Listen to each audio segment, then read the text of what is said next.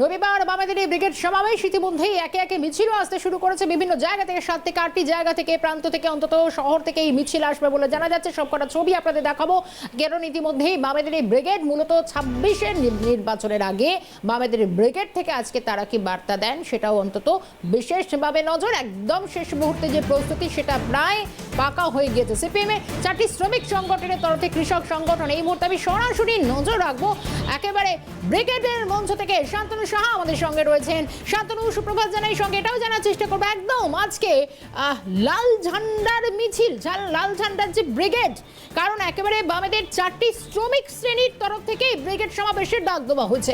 একেবারে সভাস্থলের এখনকার কি ছবি, প্রস্তুতি প্রায় সারা?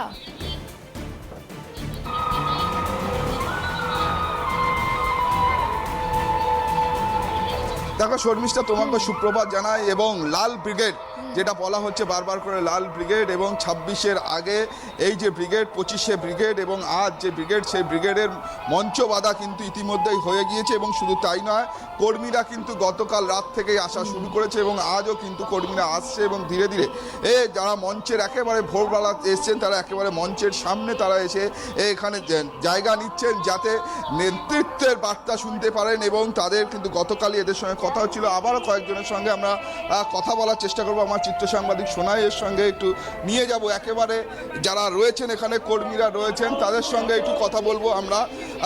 একেবারে ইয়ং থেকে শুরু করে বৃদ্ধ সবাই কিন্তু এখানে রয়েছেন। কি বার্তা শুনতে চাইছেন আপনারা? আপনারা জানেন যে পশ্চিমবাংলার বর্তমানে অবস্থা খুব নিন্দনীয় ঘটনা। তারা দুই সরকার, রাজ্য সরকার এবং কেন্দ্র সরকার, তারা মূলত আমাদের এই রাজ্যবাসীকে ধর্মের নামে বিভাজন করার চেষ্টা করছে। আমরা জানি যে মানুষের কর্মসংস্থান, এই বামপন্থীর আওয়াজ তোলে মানুষের কর্মসংস্থান এর দাবিতে কোনো সরকারই কিন্তু বলছেন আজকে বেকারদের রাজ্যে কর্মসংস্থান নেই। হ্যাঁ, আমরা বার্তা দিতে চাই যে বেকারদের কর্মসংস্থান দিতে হবে, যে রাজ্য জুড়ে শূন্য পদগুলো নিয়োগ করতে হবে, অবিলম্বে কৃষকের ধানের মজুরি বৃদ্ধি করতে হবে, আর শূন্য পদে নিয়োগ চাই। এই আমরা আজকে বার্তা পাঠাবো। একেবারে ইয়াং যেরকম রয়েছেন, পাশাপাশি বৃদ্ধ কিন্তু তিনিও এসছেন হাতে হুইল চেয়ার নিয়ে। কি বার্তা শুনতে চাইছেন বা কি বার্তা নিয়ে যাবেন? আমরা যে বার্তাগুলো শুনতে চাইছি, যারা ধরেন কৃষক ন্যায্য মূল্যে দাম পাচ্ছে না, সারের বা তেলের অন্যান্য জিনিসের দ্রব্যমূল্য বৃদ্ধি হয়েছে, যাতে দ্রব্যবৃদ্ধি কমানো যায়। তারপরে যারা স্কুলে ছাত্রছাত্রীরা যেছে, শিক্ষক নাই, তাদের পড়াবার জায়গা নাই, তারা বেকার হয়ে বসে বসে পালিয়ে আসছে। তাদের জন্য যা করণীয় সেই সব করা, শিক্ষা, কর্ম, সব কিছু, এবং জিনিসপত্রের দাম, এবং এই যে রাস্তাঘাটে ডেড বডি পড়ে থাকছে, তার কোনো বিচার পাওয়া যায়। একেবারে যেরকমটা উনি বলছিলেন, আপনি মধ্যবয়স্ক, আপনাকে কর্ম করতে হয়, ইনি নতুন, ইনি বৃদ্ধ। আপনারা কি বার্তা নিতে এসেছেন বা কি বার্তা শুনতে চাইছেন নেতৃত্বের থেকে? আমরা বার্তা চাইছি যে আমাদের যাতে যে শূন্যপদগুলি আছে সেই শূন্যপদগুলি বেকারদের পূরণ করা হয়, যাতে চাকরি হয়, আর যাতে এই চোর সরকার এই পশ্চিমবাংলা থেকে উৎখাত হয়, যাতে এই যে সেটিং সরকার, এই যে কেন্দ্রে জনবিরোধী আর রাজ্যেও একই জনবিরোধী নীতি, এরা সেটিং এদের খেলা, এই সেটিং খেলা যাতে বন্ধ হয়, যাতে সাধারণ মানুষ তাদের দুঃখ দুর্দশা দূর হয়। সেই জন্য আমরা এই ব্রিগেড সমাবেশ থেকে শুনবো, যাতে আমাদের 26-এর আগে দানা বাঁধতে চাইছেন। হ্যাঁ, 26-এর আগে আমরা দানা অবশ্যই বাঁধতে চাই, আমরা লড়াই আন্দোলন করতে চাই, এবং 26-এ আমরা দখল করবই পশ্চিমবাংলা। এই আশা আকাঙ্ক্ষা আমরা রাখছি এবং এই আকাঙ্ক্ষা নিয়ে শপথ নিয়ে আমরা এখান থেকে যাব। 26-এ আমরা জয়ী হবই।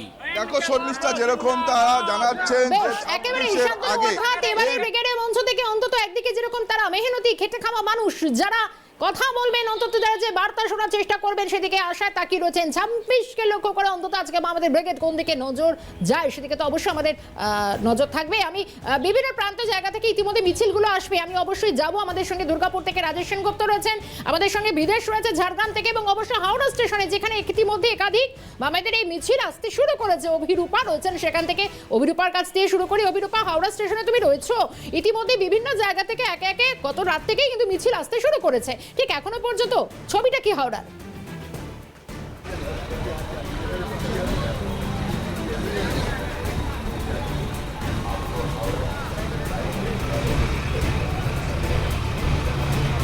দেখো, শ্রমিক, কৃষক, ক্ষেতমজুর, বস্তি উন্নয়ন সমিতি, মূলত এই 4টি গণসংগঠনের ডাকে আজ সিপিএমের ব্রিগেড সমাবেশ। তোমাকে দেখাবো, হাওড়া স্টেশনে রয়েছি।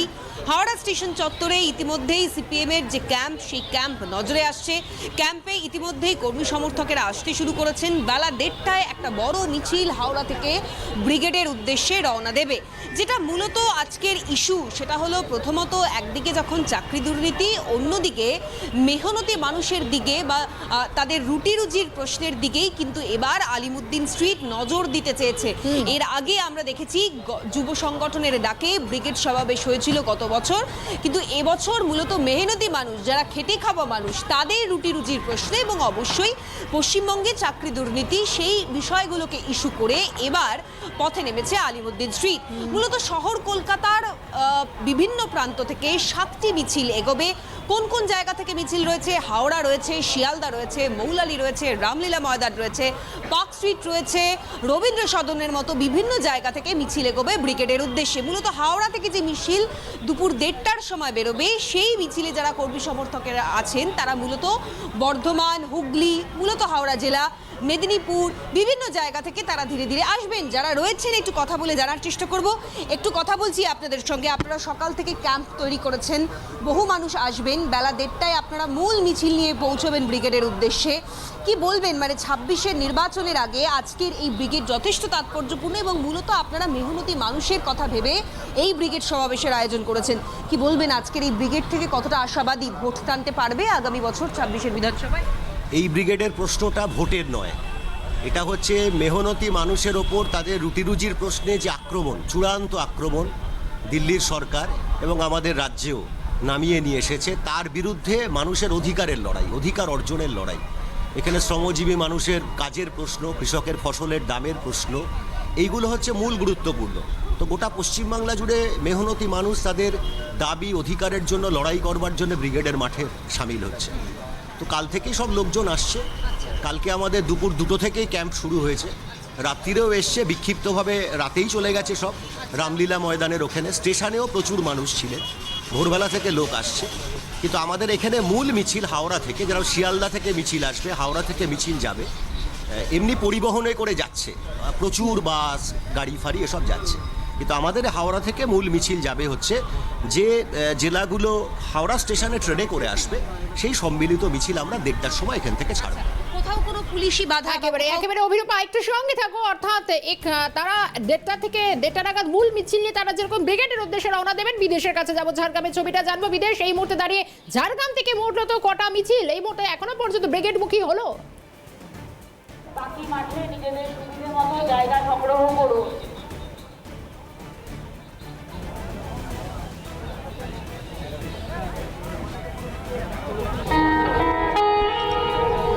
না, বিদেশে তোমার যান্ত্রিক ত্রুটির কারণে এই মুহূর্তে দাঁড়িয়ে তোমার শব্দ আমাদের কাছে এসে পৌঁছেছে না। আমি ঝাড়গ্রাম বিদেশকে সঙ্গে রেখে রাজেশের কাছে ফিরি। রাজেশ, একই কথা জিজ্ঞেস করি। মূলত যেরকম দুর্গাপুর থেকে এখনো পর্যন্ত একেবারে খেটে খাওয়া মেহনতি মানুষ যারা ব্রিগেডমুখী হতে শুরু করেছেন, এই মুহূর্তে কটা মিছিল এই মুহূর্তে ব্রিগেডমুখী হচ্ছে, ছবিটা কি রাজেশ?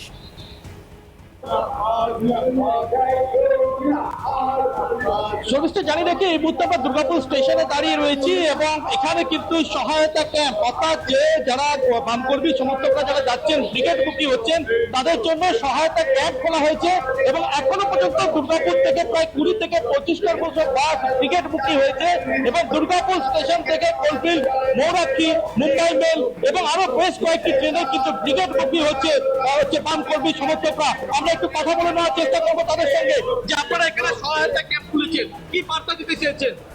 আমরা বার্তা দিতে চেয়েছি, বিভিন্ন এলাকার মানুষ আমাদের এই স্টেশন দিয়ে হচ্ছে ব্রিগেডে যাচ্ছে, তাদের নিরাপত্তা এবং হচ্ছে যাতে কোনো সমস্যায় না পড়ে, সেই সমস্যা পড়লে তার সমাধান করার জন্য আমরা এই ক্যাম্প তৈরি করেছি এবং যাতে কোনো বিরোধী রাজনৈতিক দল এই ব্রিগেডমুখী যারা যাচ্ছে কমরেডরা, তাদেরকে কোনো রকম যাতে বাধা সৃষ্টি না করতে পারে, তার জন্য আমরা এই ব্রিগেড সমাবেশের আমরা এখানে ক্যাম্প তৈরি করি। আমরা কর্মীটা একটু দেখে নেওয়ার চেষ্টা করবো যে ব্রিগেড প্রতি কিন্তু এই সিপিএম এর কর্মী, সিআইটিউ কর্মী, তুমি দেখছো মাথায় যে টুপি, সেই টুপিতে সিআইটিউ লেখা এবং বুকে ব্রিগেড চলো, এবং সেই বার্তা নিয়ে যাচ্ছেন। আমরা ওনার সঙ্গে একটু কথা বলে নেওয়ার চেষ্টা করবো যে যাচ্ছেন ব্রিগেডে, কি বার্তা দিবেন? মেহনতি মানুষের পক্ষে আমরা আছি। মেহনতি মানুষকে বলবো এই সরকার চলবে না আমাদের, এই সরকার যতদিন থাকবে আমরা শেষ হয়ে যাব। এই সরকারের বিরুদ্ধে আমাদের লড়তে হবে। কতটা আশাবাদী? অবশ্য আশা তো আমরা আছি, আমরা বড় বড়ই আশায় আছি। বেশ, রাজেশ সঙ্গে থাকো। আমি ঝাড়গ্রামের দিকে আরো একবার নজর ঘোরাই। বিদেশ রয়েছেন আমাদের সঙ্গে। বিদেশ, যা বলছিলে।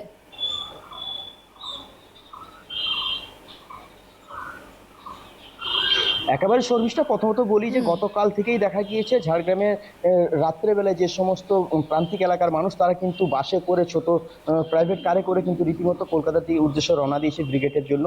এবং আজ সকাল থেকেই দেখা যাচ্ছে ভোর থেকে রীতিমতো ট্রেনে করে বেশ কিছু কর্মী সমর্থকরা তারা কিন্তু রওনা দিয়েছে ব্রিগেডের জন্য।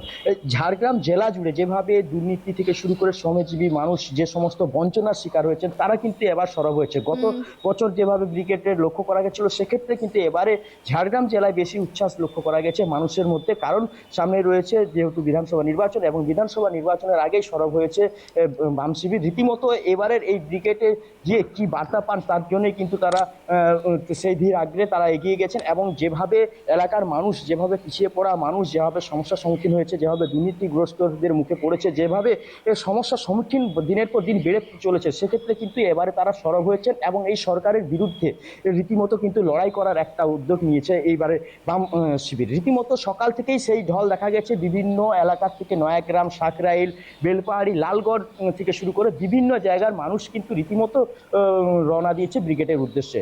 এরপর দেখার বিষয় যেহেতু সামনেই রয়েছে 26-এর বিধানসভা নির্বাচন, এবং সেই 26-এর বিধানসভা নির্বাচন সঙ্গে থাকো। 26কে টার্গেট করে মূলত বামেরা অন্তত আজকে তাদের যে ব্রিগেডের ডাক, আরো একবার আমি ব্রিগেডের মঞ্চ দিকে নজর রাখি। শান্তনু রয়েছেন সেখান থেকে। শান্তনু, এখনো পর্যন্ত ব্রিগেডের মঞ্চে ইতিমধ্যে একাধিক মিছিল আসতে শুরু করেছে। সব মিলিয়ে যেটা জানার চেষ্টা করবো, একেবারে নির্বাচন আর নির্বাচনের আগে বামেদের ব্রিগেড, বামেদের কর্মী সমর্থকরা বাড়তি অক্সিজেন পাওয়ার চেষ্টা করবে আজকের ব্রিগেড থেকে।